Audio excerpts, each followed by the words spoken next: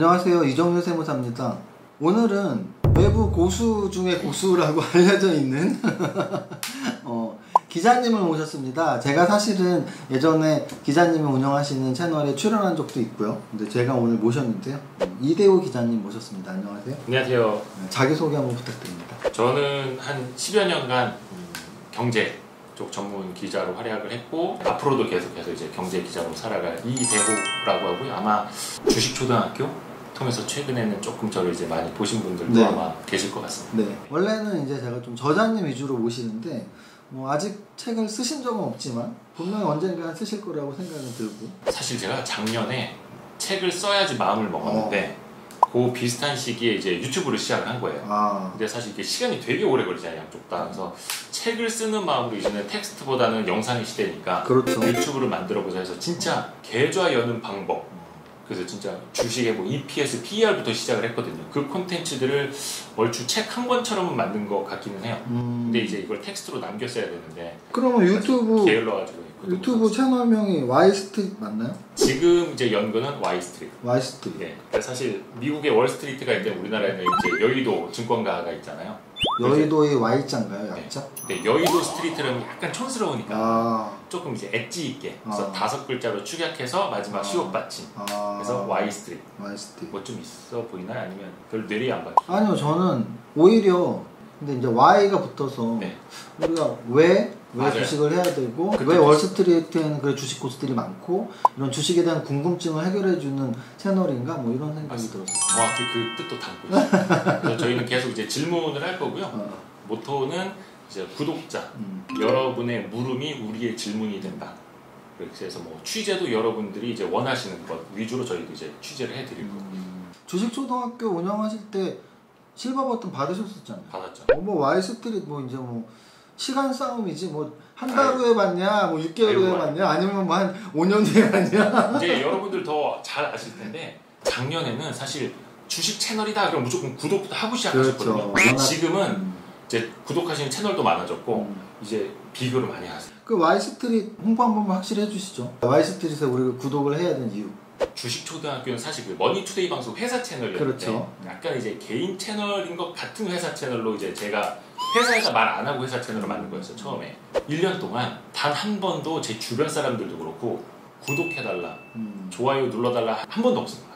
왜냐면 Y스트릿도 저희도 앞에 이제 문구를 달기는 하는데 진짜 좋을 때 좋아요를 눌러주고 구독할 만한 가치가 있을 때 구독해달라. 너무 좋다. 빨리 가서 눌러야겠다. 진짜 가치 투자, 가치 구독. 그래서 진짜 안 좋으시면은 싫어요 누르셔도 되고 구독할 만한 가치 없는데 그럼 그냥 콘텐츠 하나만 보고 나가셔도 되고 냉정하기 전에 시장에서 평가받아야 된다고 생각을 하는 어떻게 보면 좀 시장주의자 그렇습니다. 하나 궁금한 거 우리가 이제 뭐 방송국에 있는 아나운서들도 전직을 하거나 또는 뭐 프리랜서 선언을 하거나 하면 뭔가 계기가 있는 거죠. 그렇죠. 궁금한 건 머니투데이라는 곳에서 또 주식초등학교를 이렇게 일구셨는데 새롭게 출발하는 이유는 뭘까요?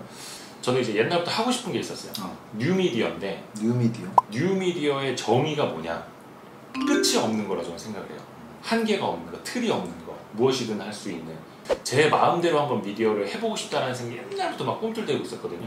근데 그게 어떻게 이제 좋은 분들을 만나서 FAN 가이드에 투자도 받았고 그래서 좋은 계기가 돼서 이제 실행을 하게 된 거죠. 새로운 출발을 하는 입장에서 좀 약간 잔뜩 기대에 부풀어 있고 뭐 그런 느낌도 좀 들어요. 그렇죠. 기대도 부풀어 있고 두려운 것도 있고 사실 이제 제로에서 시작한 거다 보니까 사실 주식초등학교 할 때는 구독자 10만 명 금방 모으는 줄 알았어요. 근데 다시 나와서 제로에서 시작을 하니까 10만 명이 장난이 아니더라고요. 빨리 우리 구독자분들 구독도 하고. 자, 이제 그럼 이제 기자로서의 일에 대해서 집중적으로 한번 질문해 보겠습니다. 기자라는 삶을 저는 살아본 적도 없고 구독자분들도 대부분이 잘 모르실 텐데 기자분들은 하루 일과가 어떻죠? 단순해요. 만나고 듣고 쓰고 또 만나고 이거의 무한 반복이에요. 사실 9시 출근하는 기자는 거의 없을 거예요. 보통 한 8시 정도에는 이제 출근하는 걸로 하는데 일찍 일어나는 새가 뭐라도 더 잡아먹듯이 저 개인적으로는 한 10수년간 한 7시 출근 그래서 아침에 스크랩 기사 쫙 보고 막 여러 언론사 거 다 보고 근데 제일 중요한 거는 만나는 거.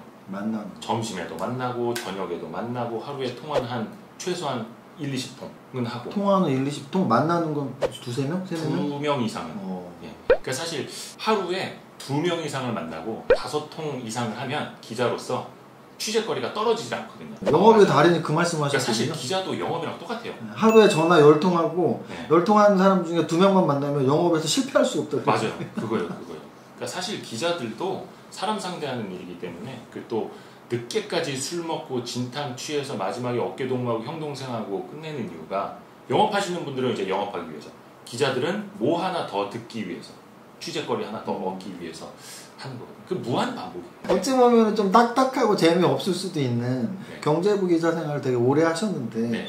그 중에서도 구체적으로 또 분야가 있었습니까? 그렇죠. 그러니까 기자들은 출입처라고 해서 네. 보통 한 2년, 3년마다 도는데 돌아가요. 근데 처음에 한 증권부 생활부터 시작을 해서 증권부. 뭐 기획재정부, 고용노동부, 농민부, 뭐 한국은행, 시중은행, 또 산업 쪽은 뭐 유통, 뭐 이렇게 돌고 돌다가 3, 4년 전문에 다시 이제 증권. 그래서 거의 기자 생활의 한 3분의 1 이상은 이제 증권 쪽을 출입을 했던 것 같아요. 증권적 출입한다는 얘기는 어디를 구체적으로 출입하는 거예요? 아, 이게 참 출입이라는 표현이 기자들하고 국정원이 많이 쓰는 표현이에요. 국정원 직원들이 이제 출입한다고 해서 그러니까 내가 맡고 있는 영역, 맡고 있는 영역이니까 증권부라면 이제 한국거래소부터 시작해서 유관기관들, 증권사들, 자산운용사, 뭐 투자자문사, 그다음에 뭐 개인 전업 투자자들 다 이 만나는. 그런데 사람들을 만나는 그렇죠. 게 이제 경제부 기자, 특히 증권부 기자 일이다. 네. 아 근데 이거부터 먼저 물어보고 싶어요. 경제부 기자님, 증권부 기자님들은 직접 투자가 제한이 있나요, 없나요? 할 수는 있는데 할 수는 있다. 해서는 안 되는 선이 있죠. 그게 법적으로요? 사실 그 증권사나 네. 자산운용사 같은 금융회사들은 네. 그 내부 안에 컴플라이언스 조직이 거긴 있어서 있죠. 네. 계좌도 등록해놓고 네, 네. 가족 계좌까지 등록하고 신고하도록 돼 있잖아요. 근데 사실 언론사는 그만큼의 까다로운 컴플라이언스는 없어요. 없다. 그래서 이제 내부 규정이 있고 내부 규정. 그거를 지켜야 되고 사실은 어떻게 보면은 개인의 양심 또 직업 윤리에 따르는 것들이 어떻게 보면 더 많아요. 근데 할 수는 있는데 넘어서는 되지 않는 선은 있죠. 넘어서는 안 될 선에서 한다고 치면 네. 증권부 기자분들은 수익률이 좋나요? 아니 근데 사실 부류도 다 똑같아요. 일반인들처럼 똑같이 막 정보 매매하려는 사람도 있고 진짜 스터디에서 같이 투자하려는 사람들도 있고 그래서 똑같이 이제 줄을 세울 수는 없는데 우스갯소리 그런 얘기 있어요. 옛날에 뭐한 10수년 전에 금융감독원에서 기자들 계좌를 까봤다. 근데 이건 확인이 된 얘기는 아니에요. 까봤는데 딱 수익률을 보고 잡아갈 사람이 없다. 에라 시키더라고요. 누구 좀 잡아갈까 까봤는데 이게 다 손실이네 뭐 이런 거예요. 그러니까 원체 이제 듣는 말만 많고 그걸 이제 자기 걸로 소화를 못하는 사람들도 많고. 아니 그럼 듣는 말이 많다고 지금 바로 본인의 입으로 말씀하셨는데 네. 거기서 말하는 듣는 말이 제가 뭐 강연회 때 늘 말씀드리는 공개된 정보, 예를 들어 뭐 다트 사이트 또는 증권사 리포트 이런 거는 사실 듣는 말이 포함시킬 필요도 없잖아요. 누구나 그렇죠. 다 읽을 수가 있으니까. 그러면은 누구나 보지 못하는 듣는 말을 많이 들으시나요, 진짜로? 야, 이건 극비야 뭐 이러면서 말씀하시나요? 그런 경우도 있어요. 그래요? 타사 신문 방송에 나온 거 공시된 거는 사실 더 이상 뉴스거리가 그렇죠. 아니잖아요. 그건 얘기할 필요가 거니까. 없죠. 그러니까 보면 사실 되니까. 기자들은 그 내면에 있는 거, 그 앞단에 있는 것들을 취재하러 다니는 사람들이고 그래서 그 이제 미공개 정보라고 하는데 미공개 정보가 많을수록 취재를 잘하는 기자고 미공개 정보가 없다면 오히려 취재를 못하는 기자인 거죠. 누구나 다 알지는 못하는 네. 정보를 먼저 어쨌든 입수를 하는 건데 네. 그거로 직접 투자를 하시면 수익이 좀 더 날지 안 날지 궁금한데 아까 이미 말씀하신 것처럼 그럼에도 불구하고 큰 수익이 나진 않는다? 그게 이제 넘지 말아야 될 선이죠. 넘지 말아야 미공개 정보 이용을 했다가 예전에 제가 알기로는 잡혀간 기자도 있는 걸로 알고 있어요. 심지어 어떤 뭐 세력하고 결탁해서 막 주가 띄우기용 기사 써줬다가 잡혀간 기자도 있는 걸로 알고 있고 그게 넘지 말아야 될 선인 거죠. 그러니까 그건 철저히 이제 직업 윤리에 따른 거기도 하고 당연히 법적인 처벌도 받는 거고요. 그러면 좀 더 올바른 질문을 드려보겠습니다. 실전 투자를 하시는 분들 또는 뭐 펀드 매니저 분들 중에 네. 야 이번에 투자 전략은 정말 너무 좋았고 내 직접 투자에도 영향을 미쳤던 분 있을까요? 세무사님도 잘 아시겠고 이제 구독자분들 더 잘 아시겠지만 내 성향하고 맞아야 되잖아요. 성향. 내 스타일하고 맞아야 되고 내 체형, 체질하고 맞아야 되고 그래서 어떤 분들이 이제 막 스캘퍼 분들하고 이제 방송하시는 분들도 있고 한데 저의 성향은 그렇더라고요. 왜냐면 또 직업적으로 굉장히 바쁘고 오히려 증권부 기자가 증권 시세를 못 볼 때도 더 많아요. 네. 정신이 없어서. 그러니까 저는 약간 롱텀, 그러니까 정보 매매가 아니라 가치 분석을 하고 조금 오래 갈 수 있는 약간 그런 쪽이 맞아서 박용옥 대표님이라든지 남산주선 김태석 대표님이라든지 뭐 김정환 대표님 약간 그런 쪽들을 저는 더 좋아하죠. 그러면 실제 그 지금 말씀하신 워낙 뭐 다 유명하신 분들이니까 그분들과 대화를 하면서 그분들이 철학에 영향을 받고 투자에도 실제 도움이 많이 됐다. 그럼요. 그죠. 네. 근데 아까 이제 정보 매매 이야기 잠깐 나왔지만 네네네. 사실 정보 매매를 이제 많은 분들도 나도 미공개 정보 받고 싶다. 네네. 남들보다 먼저 알아서 상한가 받고 싶다 그러잖아요. 이게 어쩌다 운 좋아서 한두 번은 받을 수가 있는데 네네. 나중에 거기에 본인이 익숙해져 버리면 진짜 뭐 여우한테 맨날 신발 선물 그렇죠. 받았다 나중에 신발 떨어지면은 밖에도 못 나가는 그런 동물들처럼 침만 질질 흘리게 되는 거죠. 또 정보 없나. 그러다가 한번 물리면 막 오도 가도 못하고 그래서 사실 그런 유혹은 그냥 느끼실 필요도 없다고 생각해요. 근데 이게 영화로도 나온 적 있어요. 맞아요. 영화 제목이 찌라시라는 영화 제목이 있거든요. 그런 경우도 있죠. 실제로 그러니까 저는 이제 주식 관련 영화를 다 보니까 고인이 되신 박용환님 나왔던 작전이 제가 맞아요. 보는 주식 관련 영화 중에서 우리나라 영화 중에서는 거의 최고봉이었던 것 같고요. 맞아요. 근데 이제 찌라시라는 영화가 있었어요. 근데 이 영화를 보면 어떤 장면이 나오냐면 실화는 아니겠죠. 영화니까 기자님들이 모여서 자기가 갖고 있는 정보를 하나씩 던져요. 야, 김 기자 얘기해봐. 그러면 이제 막 다 얘기하고 이 기자는 뭐 있어? 그러면 기자님들이 한 그 테이블에 한 대여섯 분이 모여서 야 서로 주고받는 거지. 아까 말한 자기만 아는 그 취재를 통해서 얻은 정보를 자기들끼리 공유를 하는 거예요. 근데 그 찌라시라는 영화에서 이제 거기서 도는 내용들을 이렇게 수첩에 적어서 뭐 이렇게 큰 손들한테 넘기고 이런 내용이 나왔거든요. 근데 그게 비싼 돈에 팔리고 과장은 좀 됐을 거예요. 과장은 좀 됐을 건데 예전에 그런 모임들도 있었어요. 그러니까 저는 포함이 되진 않았었는데 뭐 예를 들면 뭐 국정원 직원, 그다음에 뭐 기관들마다 정보팀이 있어요. 정보팀. 그러니까 자기네 무슨 뭐 이사장이나 원장이나 사장한테 정보를 직보해야 되잖아요. 그 사람들 정보에 민감하고 대외적으로 이제 활동을 하면서 써먹어야 되니까 그래서 내부적으로 정보를 수집하는 팀이 있어요. 또 기자들도 만나는 사람들이 많잖아요. 그러니까 그 사람들끼리 모여서 수첩권에서 정보회의하는 게 있었어요. 그 영화 장면하고 똑같네 진짜로. 그리고 그 정보회의를 유까지 그렇게 파는 행위도 있었고 또 한때는 미쓰리 메신저 유행할 때는 그런 쪽으로 이제 먼저 뿌려주는 것들도 있었고 한데 이게 약 10여 년 전 얘기예요. 근데 지금 아시다시피 개개인 간의 정보가 다이렉트로 더 빨라진 시대잖아요. 어디를 모여서 뿌려지는 게 아니라 그러다 보니까 이제는 그런 정보지 이런 것들도 거의 많이 사라진 것 같아요. 텔레그램에서 주고받겠죠. 더 빨라졌죠. 예. 알겠습니다. 그럼 이제 다시 또 정도로 돌아와서 경제부 기자가 되려면 공부 당연히 열심히 해야 되죠. 좋은 대학 나오고. 근데 이런 언론사에 취업하기 위해서 언론고시라고 하는데 그 고시가 어렵다는 얘기죠. 자격증이나 이런 건 아니죠. 이거 참 모르시는 분들 많아요.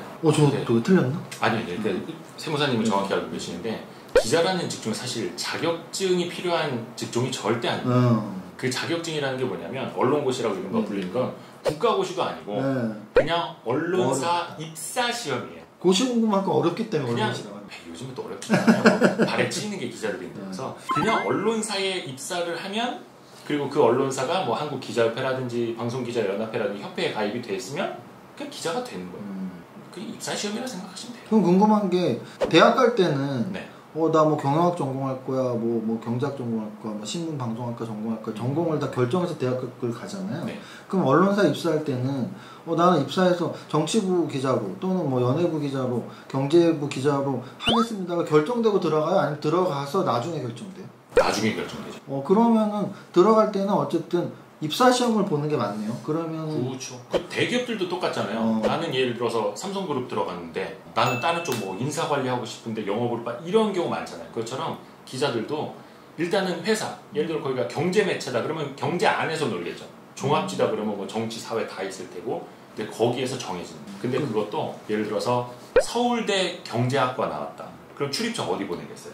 경제부 보내고. 그렇죠. 경제부 보내고. 전공 살려라. 기획재정부 보내는 거예요. 왜냐면 기획재정부 장관, 차관, 실장, 국장, 과장들 서울대 경제학과 제일 많거든요.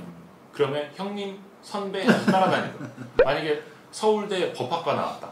어디 보내겠어요? 법무 쪽 보내요. 검찰 보내죠. 그럼 다 검사 선배들이거든요. 그러면서 선배 형님 요즘 사건 어떻게 이렇게 취재가 잘 돼요. 그러니까 약간 그런 쪽으로는 있는데 내가 선택하기는 아마 선택의 폭은 거의 없을 거야. 인기가 좀 있나요? 그래도 경제부 기자?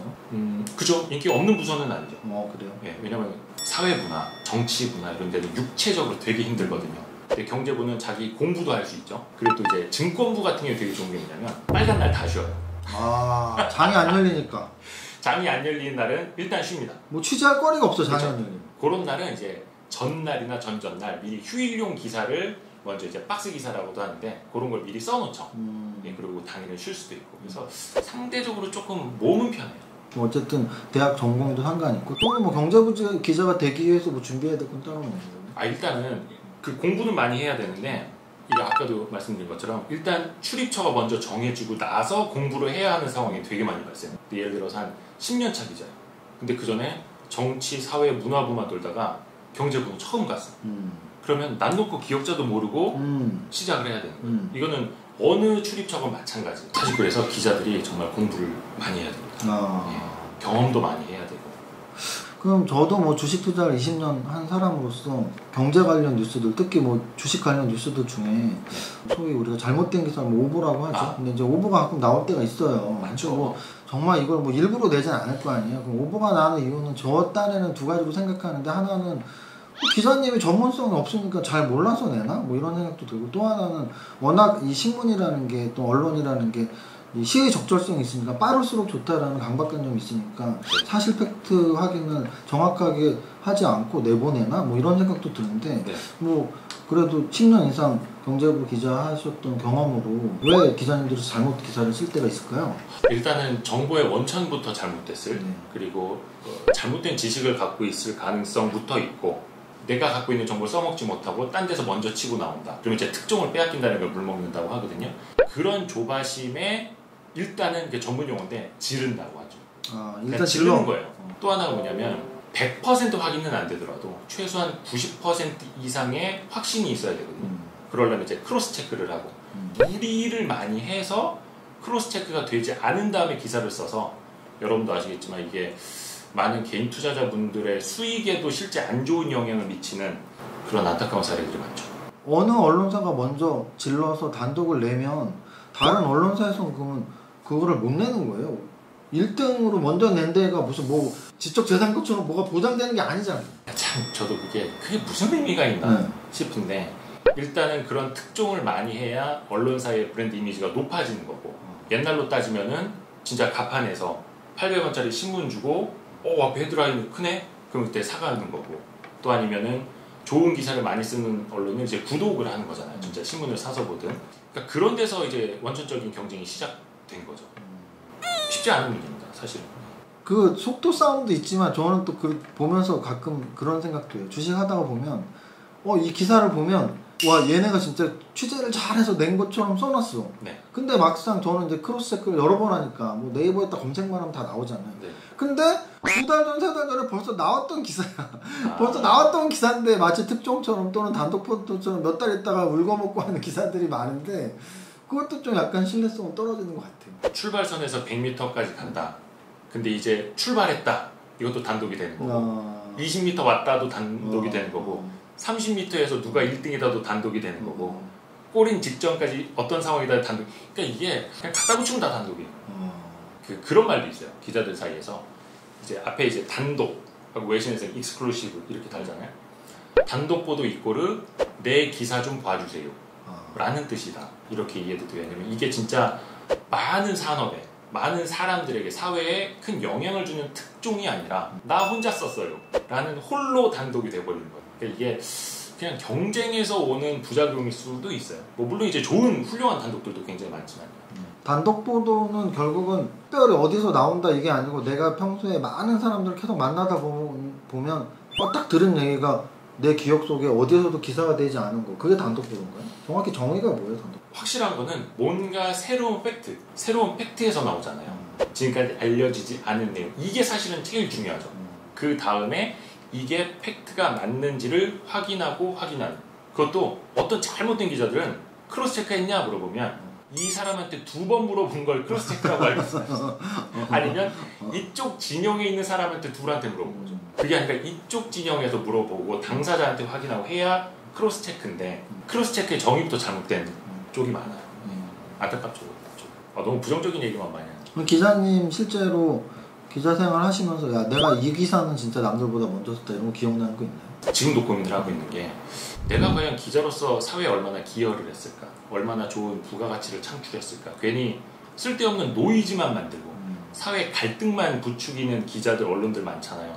자, 그렇게 살지는 말아야겠다는 생각을 하는데 물론 저 스스로도 많이 반성을 하고요. 그나마 긍정적인 영향을 미쳤던 거는 지금 세무사시니까 더 잘 아시죠? 종교인 과세가 3년 전쯤부터 시작이 됐잖아요. 네. 근데 사실 그 전에는 종교인, 이른바 성직자들한테는 과세를 못했어요, 정부가. 벌벌벌 떨었던 거. 왜냐면 그분들이 갖고 있는 표심이 어마어마하다 보니까. 근데 그거를 정부는 종교인에게 과세를 해야겠다라는 걸 입도 뻥끗을 못했어요. 정치권에서도 뭐라 하고 반발이 워낙 심하네. 네, 청와대에서도 혼나고 막 이러다 보니까. 근데 제가 기획재정부 출입을 할 때 박재환 그때 당시 기획재정부 장관님 인터뷰할 기회가 있었는데 그거를 이제 질문지에 넣었죠. 제가 이제 어레인지하는 과정에서 처음에는 그쪽에서 이거 질문지 빼주셔야 된다. 종교인 과세는 너무 예민한 문제여서 답을 드릴 수가 없다. 근데 제가 뭐라 그랬냐면 그러면 인터뷰를 아예 취소하시죠. 이 질문 안 받으면 저 인터뷰 안 합니다. 그래서 어찌어찌해서 답변을 이끌어냈어요. 그래서 그걸 이제 헤드라인으로 터뜨렸고 진짜 지상파 모든 언론들이 다 받았었죠. 그 기사를. 그래서 지금 어떻게 보면 이렇게 그때보다는 지금 종교인 과세 많이 이제 축소돼서 시행이 되기는 했는데 과세가 실현은 됐다. 그래도 저는 조금 이바지를 했다. 약간 나름 뿌듯하게 생각하고 있습니다. 말씀하신 것처럼 뭐 세법뿐 아니라 특히 정부 정책 부분이 대부분 좀 그런 것 같아요. 정부 정책은 좀 발표하기 전에는 뭐 엠바고가 붙어 있을 수도 있어서 발표 전에 기사를 안 쓰는 경우도 많은데 또는 발표 전에 기사를 썼는데 막상 나중에 정책 발표를 하면 또 쓴 기사와 좀 다른 내용이 나올 때도 많고 맞아요. 그런 게 좀 특히 정부 정책이나 뭐 세법 개정안이나 아니면 정부에서 뭔가 발표하는 걸 앞두고 있을 때가 이런 게 서로 눈치 작전이 심해서 그런가요? 막 내가 먼저 써야지 하고 썼는데 잘못 쓰고 뭐 이런 건가요? 특히 이제 세무사시니까 매년 그 세법 개정안 되게 중요하잖아요. 우리나라에서 이렇게 기획재정부 하는 일 중에 제일 큰 게 예산하고 예산 안에 같이 들어가는 세법 개정. 그 우리 삶에 엄청난 영향을 미치는 거니까. 근데 그거를 기자들이 취재 경쟁이 엄청 치열해요. 지금 이제 세종시로 내려갔지만 제가 과천 시절에 기획재정부 출입을 했는데 어떻게 해서든 실장, 국장, 과장, 사무관들 만나 뭐 하나라도 캐내려고. 근데 그분들도 그걸 이제 역이용하는 게 뭐냐면 한번 슬쩍 떠보는 거예요. 이런 정책을 구상은 하고 있는데 국민들의 반응이 어떨지 모르겠어요. 그래서 슬쩍 떠보는 거야.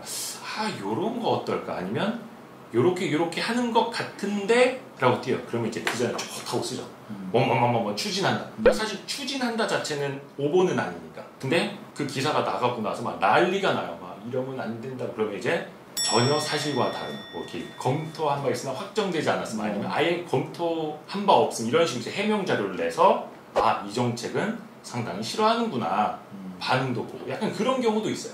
그런 발빠른 기사 못지않게 우리가 보통 유튜브니까 이거는 지금 유튜브에서 썸네일 어떻게 뽑냐에 따라서 정말 조회수가 달라지거든요. 맞아요. 저는 유튜브 뭐 한지 저도 오래는 안 됐지만 진짜 느껴요. 안에 내용 10분인데 썸네일은 1초만 보잖아요. 그 1초 동안에 눈길을 끄는 썸네일이냐 아니냐가 안에 컨텐츠도 중요하지만 썸네일이 굉장히 중요하다는 걸.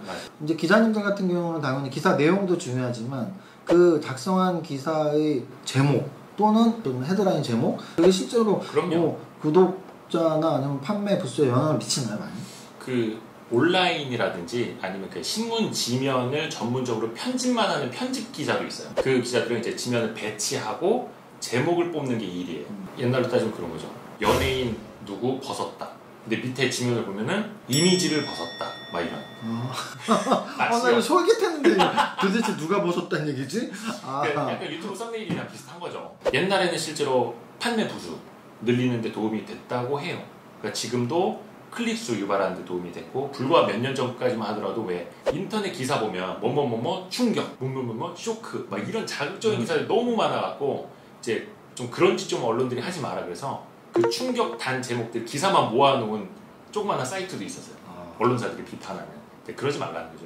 예전보다 좀 나아지기는 했는데 어떻게 보면 이제 언론사들은 이제는 옛날에 신문 가판 때였다면 이제는 네이버라는 곳 안에서 더 눈에 띄게 하기 위해서 막 뭔가 경쟁을 또 하는 거예요. 포털 사이트에서의 제목, 그 제목에 따라서 또 클릭이 달라집니다. 그럼요.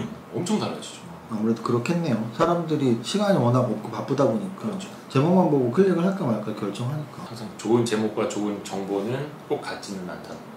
그럼 결국은 예. 기자들의 사명감 또는 언론사의 존재 이유 이런 거에서 우리 좀 사회를 행복하게 편안하게 또는 공정한 시각으로 바라보게 이렇게 만드는 역할이 분명히 있다고 저는 보고 있는데 맞아요. 지금 말씀하신 부분들은 좀 약간 안 좋은 면들을 많이 지금 말씀하셨죠. 뭐 하지만 그런 속에서도 그런 사명감이나 존재 이유를 지키도록 노력하고 있는 거죠. 그래서 우리가 언론을 믿어야지. 그렇지 않으면 사실 언론도 못 믿고 기자도 못 믿고 기사도 못 믿는 거 아닌가요? 그러니까 사실 언론의 존재 이유가 비판을 하기 위해서 존재하는 게 아니거든요. 건전한 사회, 건전한 정치, 경제를 만들어 가기 위해서 수단의 하나로 비판을 하는 건데 그냥 맹목적으로 비판만 하면 그게 언론의 사명인 줄 착각하는 경우가 많아요. 그러니까 사실 이거는 제 이야기이기도 해요. 저도 어릴 적에는 와 정책 나오면 막 비판하고 어느 기업에서 뭐 하면 막 비판만 이러면 되게 잘하는 건 줄 알았어요. 근데 조금 지나다 보니까 이제 깨닫는 거예요. 내가 뭘 안다고 저렇게 막 10년, 20년 한 분야에서만 하신 분들을 손가락질하고 살았을까.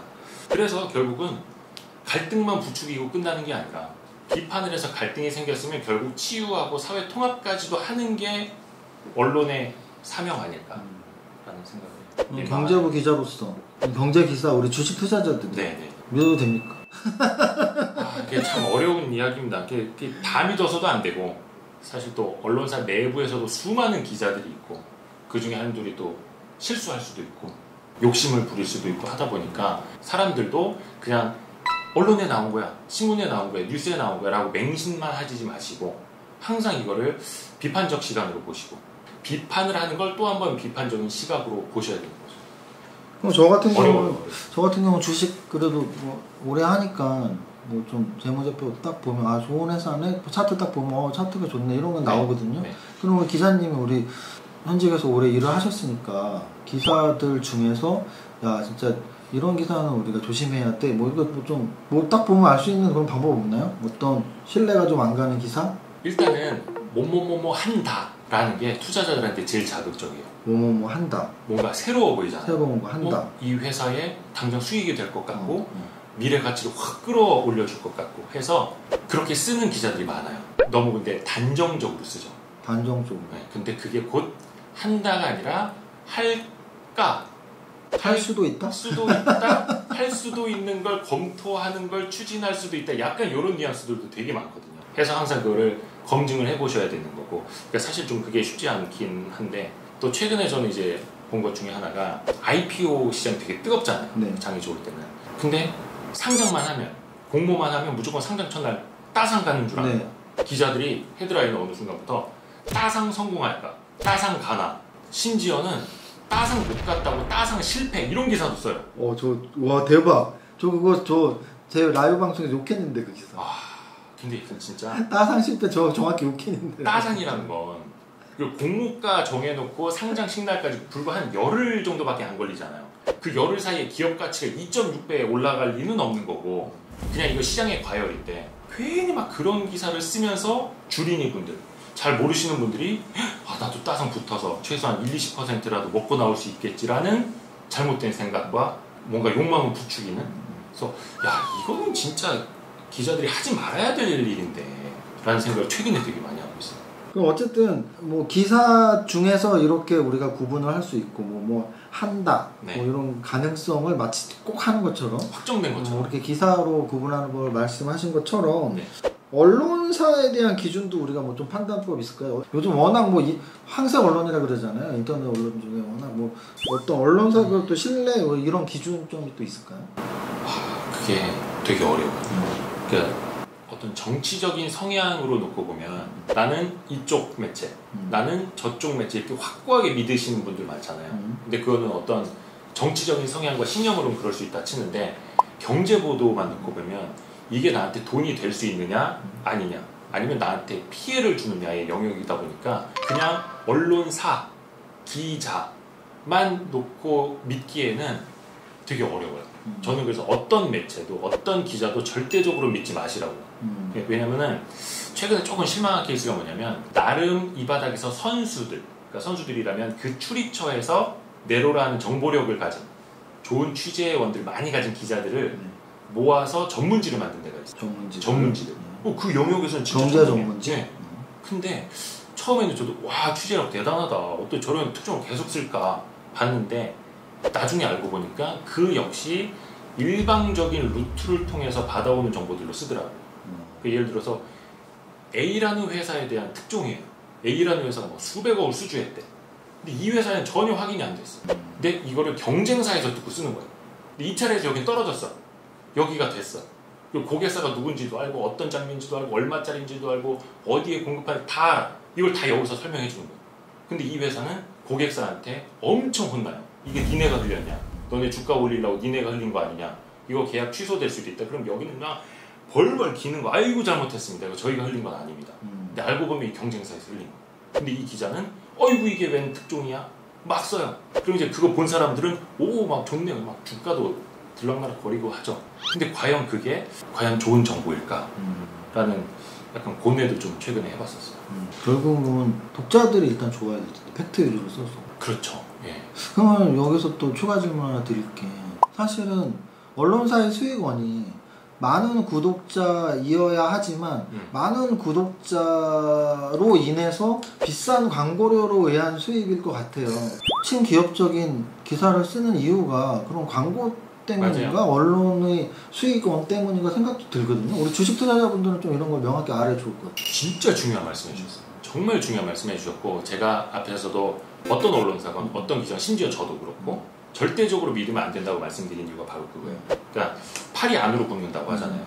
이거는 증권사 애널리스트들이 매도 리포트를 쓸 수 없는 이유. 그리고 신용평가 회사가 신용평가를 이제 주는 기업에 매몰차게 하지 못하는 이유랑 어찌 보면 비슷한데 그 용역 대금이라고 표현하면 좀 그런데 그 돈이 어디서 나오느냐? 바로 그 회사에서 나오거든요. 그러니까 사실 언론은 그 기업을 비판하기도 하지만 광고주의이기도 하고 그러다 보니까 이제 언론이 정치 권력에서는 독립이 될지언정 자본 권력에서는 결코 독립이 안 되는 거죠. 약간 그런 어려움도 있습니다. 그래서 맹목적으로 비판만 하기에는 언론사도 사실은 먹고 살아야 되고 그러면 결국은 이 비즈니스 구조가 기업에게서 돈을 받는 게 아니라 철저하게 구독자들에게만 받고 구분이 딱 돼 있어야 되는데 그게 현실적으로는 어렵죠. 저는 그래서 독립매체, 독립언론이라고도 하거든요. 그러니까 조합 형식으로 해서 기자들이 출자를 하고 진짜 구독료로 받아서 정론 집필하는 그런 매체들 그런 분들은 진짜 구독료라든지 후원을 통해서 그런 독립언론들 많이 응원해 주시는 게 어떻게 보면 우리나라 언론 문화를 조금씩은 바꿔나가는 데 좀 도움이 되지 않을까. 방송 끝나고 찾아봐야겠네. 자 그러면 뭐 기자로서에 대한 질문 이 정도로 하면 될 것 같고 네네. 저는 이제 워낙 뭐 많은 분들을 만나 보셨으니까 네. 지금 시장을 전문가들이 어떻게 보는지 네. 뭐 이런 것 좀 얘기 좀 듣고 싶은데 저는 근데 모르겠어요. 이게 사실 신호와 소음을 구분하는 것부터 시작돼야 된다고 신호와 보는데 소음을 기자들도 그걸 잘 못해요. 네. 앞에서 말씀드린 것처럼 오보가 나는 이유가 거기에 있기도 한 거고 투자자로서는 내 엄청난 자산이 걸려있는 건데 어떻게 해서든 신호와 소음을 구분해야 된다. 근데 그거는 오롯이 자기의 능력인 것 같아요. 시장이 어떻게 된다? 저는 조금은 저도 그런 질문을 많이 하지만 네. 의미가 없을 수도 의미가 있잖아요. 없다. 예, 의미가 역시 이제 장기, 중장기 가치 투자자로서의 답인 거고요. 그러면 만나셨던 많은 투자 고수님들, 펀드 매니저 분들은 좀 어떤 업종에 관심을 많이 갖고 있으신가요? 제가 좋아하는 분들은 그러니까 이게 두 부류로 있는데 네. 사실 그런 로테이션 매매, 트레이딩을 잘 하시는 분들 네. 있잖아요. 그런 네. 분들 이제 전문용어로 매사기 있다고 하고 또 한 분들은 나는 그런 거 모르겠어. 이런 로테이션 매매는 모르겠고 최근에 들은 되게 감명 깊은 말 중에 하나가 제가 진짜 좋아하는 형님인데 나는 횡보장일 때가 제일 좋아. 이른바 시장도 모르고 금리도 모르고 매크로지표 아무것도 몰라. 근데 기업 하나를 파고 들어가면은요 엄청나게 깊이 들어가는 분들이 계시잖아요. 진짜 이 회사 숟가락 젓가락 몇 개 있는지까지. 그런 분들은 이 횡보하는 시장에서 수익을 엄청나게 내시더라고요. 저도 개인적으로 그런 분들을 많이 배우려고 매크로지표 못 따라가요. 물가, 고용지표 다음 달 어떻게 나오고 어떻게 알아요? 연준에서 무슨 발언할지 어떻게 알아요? 결국은 대응의 영역이잖아요. 그렇죠. 저도 그건 너무 모르겠고 저도 그걸 매일 이제 중개하는 입장이기는 한데 그래서 저 자신의 투자는 약간 그런 부류로 가요. 시장을 안 봐도 되는, 금리를 안 봐도 되는. 종목 연구를 열심히 하셔야겠네요, 그러면. 그렇죠. 종목 연구를 하고 종목 발굴을 하는 가장 큰 지표나 뭐 참고는 재무제표인가요? 재무제표도 될 수 있고, 네. 근데 재무제표는 아시다시피 이제 과거의 네. 거잖아요. 그리고 미래의 힌트가 약간 있는 거고, 그거를 힌트로 성장성을 찾는 건데, 저는 성장성은 세상에 힌트는 많다고 봐요. 힌트는 많다. 근데 그걸 모아서 퍼즐 판을 만드는 건 나의 몫이다. 이 뿌려진 퍼즐들 조각 엄청 많아요. 절대 나 혼자 못 맞춘다. 네. 그럼 거기서 언론 기사도 보고 리포트도 보고 다른 전문 투자자들과 함께 토론도 하면서 집단지성으로. 그러면 조금 이제 확률이 높아진다고 보는 거예요. 집단지성, 사실은 주식 투자에서는 독보다이로 성공하신 분들 많거든요. 이게 혼자 분석하는 것과 집단지성의 힘을 빌리는 것과 확실히 집단지성의 힘이 더 우위에 있다고 생각하시나요? 아니요, 그러진 않아요. 저는 뭐가 절대적으로 좋고 나쁘고 뭐가 우위고 누가 저열하고 이런 생각을 안 하려고 노력해요. 왜냐면 자기만의 방식으로 잘하면 되는 거잖아요. 혼자서 잘하시는 거예요. 오히려 그게 스타일에 맞고. 근데 다른 분들은 그런 집단지성을 빌려서 그냥 성향의 차이라고 봐요. 참고로 이렇게 하면 제가 되게 무슨 주식 고수처럼 보이는데 아니에요. 제가 다시 한번 말씀드리지만 네. 기자님이시고 경제부 기자님, 증권부 기자님이시니까 워낙 많은 고수님들을 만났으니까 그분들의 이야기를 종합해달라고 제가 질문을 드리고 저는 이제 전 주식 초등학교 교생. 네, 주식 이야기는 뭐 이 정도로 하고 네. 근데 신문 기사에 사실 워낙 많이 나오고 있고 네. 좀 약간 비판적인 기사가 워낙 많기 때문에 제가 의견을 꼭 물어보고 싶었습니다. 코인이죠.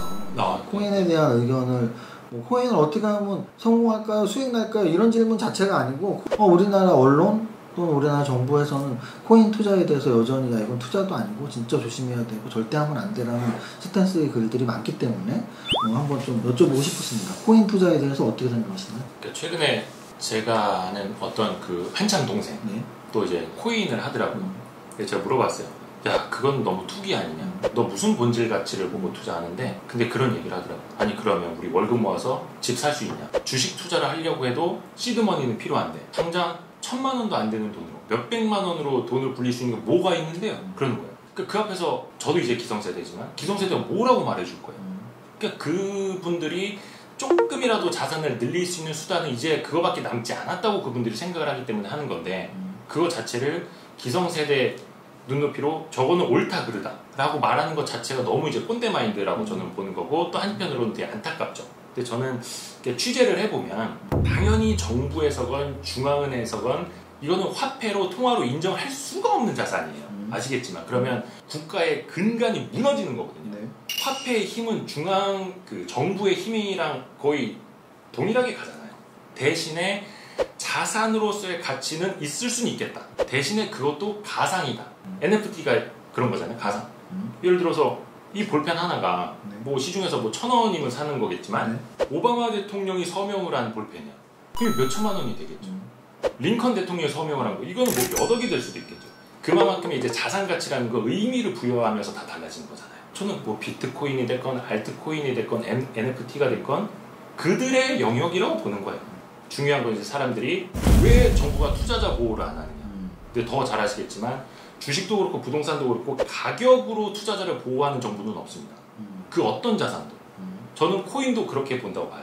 근데 대신에 거래소를 규제함으로 인해서 이 사람들의 예탁금을 몰래 빼나간다거나 뭐 절취를 한다거나 진짜 인출할 돈을 제때 인출하지 못하도록 한다거나 그런 것만 안전 장치를 만들어주면 저는 그게 투자자 보호라고 봐요. 근데 젊은 분들은 어떤 분들은 가급적으로 보호를 해주고 정부가 이제 어떤 시장을 위협하는 발언조차 하지 않는 게 투자자 보호라고 생각하시는 분들이 많아요. 근데 그거는 투자자 보호일 수도 없죠. 그래서 약간 그걸 좀 정확히 인지하시는 게 좋을 것 같아요. 그 작년에 주식 투자 열풍 그리고 또 작년 올해 코인 열풍을 통해서 되게 성숙한 자본시장으로 나아간다고 생각을 해요. 이렇게 들으시면 뭐 저렇게 재미없는 표현이 다 있어. 근데 사실 저는 개인적으로 이제는 상한가, 하한가도 없어져야 된다고 생각을 하거든요. 플러스 1000%건 마이너스 99%건 그거는 정부도 상관 안 해. 대신에 거래를 자유롭게 해. 팔고 싶을 때 팔고 사고 싶을 때 사고. 이게 진짜 투자자 보호라고 생각을 하거든요. 가상 자산 시장에서도 그걸 느끼셔야 된다고 생각을 해요. 가상화폐 시장 거래소 보호하는 법률들은 지금 계속 네. 나와서 뭐 9월까지 그렇죠. 아마 굉장히 많은 거래소 시장들이 퇴출이 될 것 같아요. 네네. 그게 이제 아마 보호하는 시작이 될 거고, 또 이제 코인 중에서 진짜 쓰레기 코인 많이 있는 걸 알고 있습니다. 사기당한 건 맞죠, 일단은. 쓰레기 코인을 좋은 코인으로 포장을 분명히 했을 테니까. 어쨌든 정확히 좀 알고 투자하자. 뭐든지 알고 투자해도 주식도 마찬가지예요. 주식도 모르면 상장 폐지 종목 잘못 걸리면은 전 자산 다 날리는 거 똑같습니다. 어떤 투자 자산이든지 알고 투자해야 돼요. 그런 의미에서 사실은 내 집 마련하면은 내 집이 쓰레기 처리되진 않거든요. 그래서 우리나라에서 부동산 불패 신화라는 말이 분명히 있는 것 같은데, 또 경제부 기자 입장에서 부동산, 특히 내 집 마련, 내 집 마련의 중요성 어떻게 생각하시나요? 사실 우리나라에서는 자산의 70%가 부동산이고, 네. 주식 없이 살 수 있고 코인 없이 살 수 있지만 부동산 없이 못 살잖아요. 그렇죠. 하다못해 진짜 사글세 방이라도. 그래서 내 집 마련은 당연히 필요하다고 생각을 해요.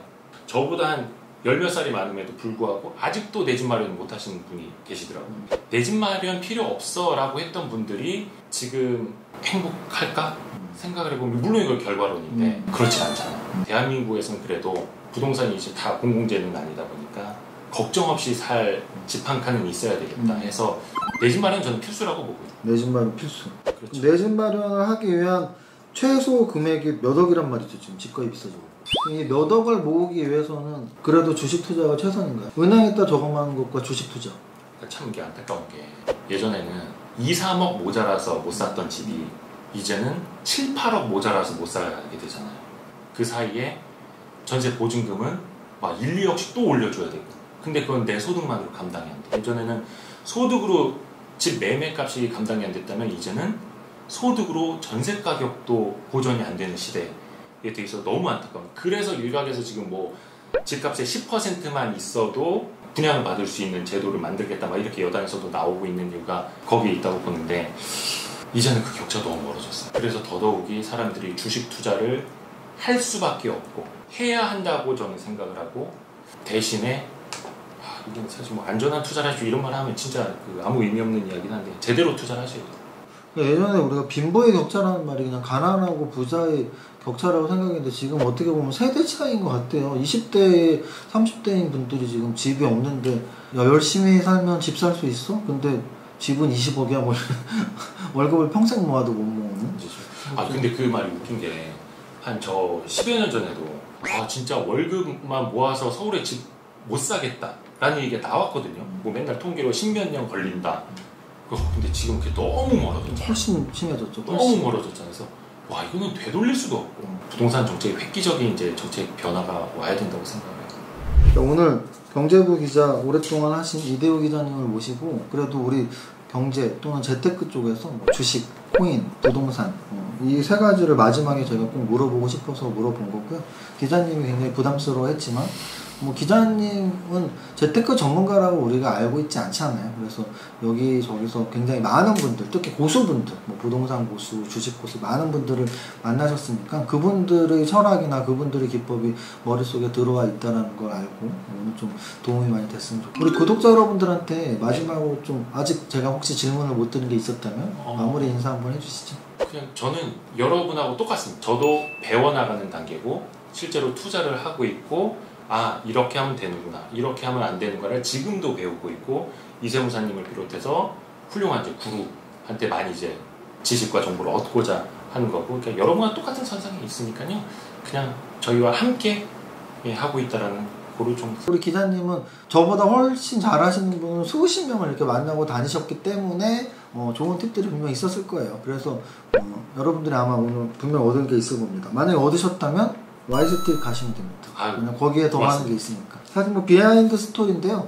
제가 우리 이대호 기자님이 처음 저를 섭외해서 주식초등학교에 한 번 나갔었고, 그때 워낙 저한테 인터뷰도 잘 해주시고 해주셔서 한 번 더 또 이렇게 섭외하실 때 이제 2번 나갔었는데, 이번에는 제가 섭외한 이유는 딱 하나예요. 이렇게 연락 취하다가 새로 이제 일을 하신다고 하길래 새로 하면은 주식초등학교에서 못 보내? 그러면 분명히 주식초등학교에서 이대호 기자님을 좋아했던 분들이 있을 텐데 빨리 알려드려야겠다. 우리 구독자님들 중에도 분명히 주식초등학교에 가서 제 영상 보기 위해서 가신 분들도 분명히 있었을 거거든요. 그래서 우리 Y스트릿에서 계속 유튜브 하시니까 참고하시고 구독과 좋아요 부탁드리겠습니다. 여기까지. 역시 존경하지 않을 수가 없는 이승우 정말 훌륭하십니다. 고맙습니다. 여기까지 하겠습니다. 여러분들 성공투자 기원합니다. 감사합니다. 고맙습니다.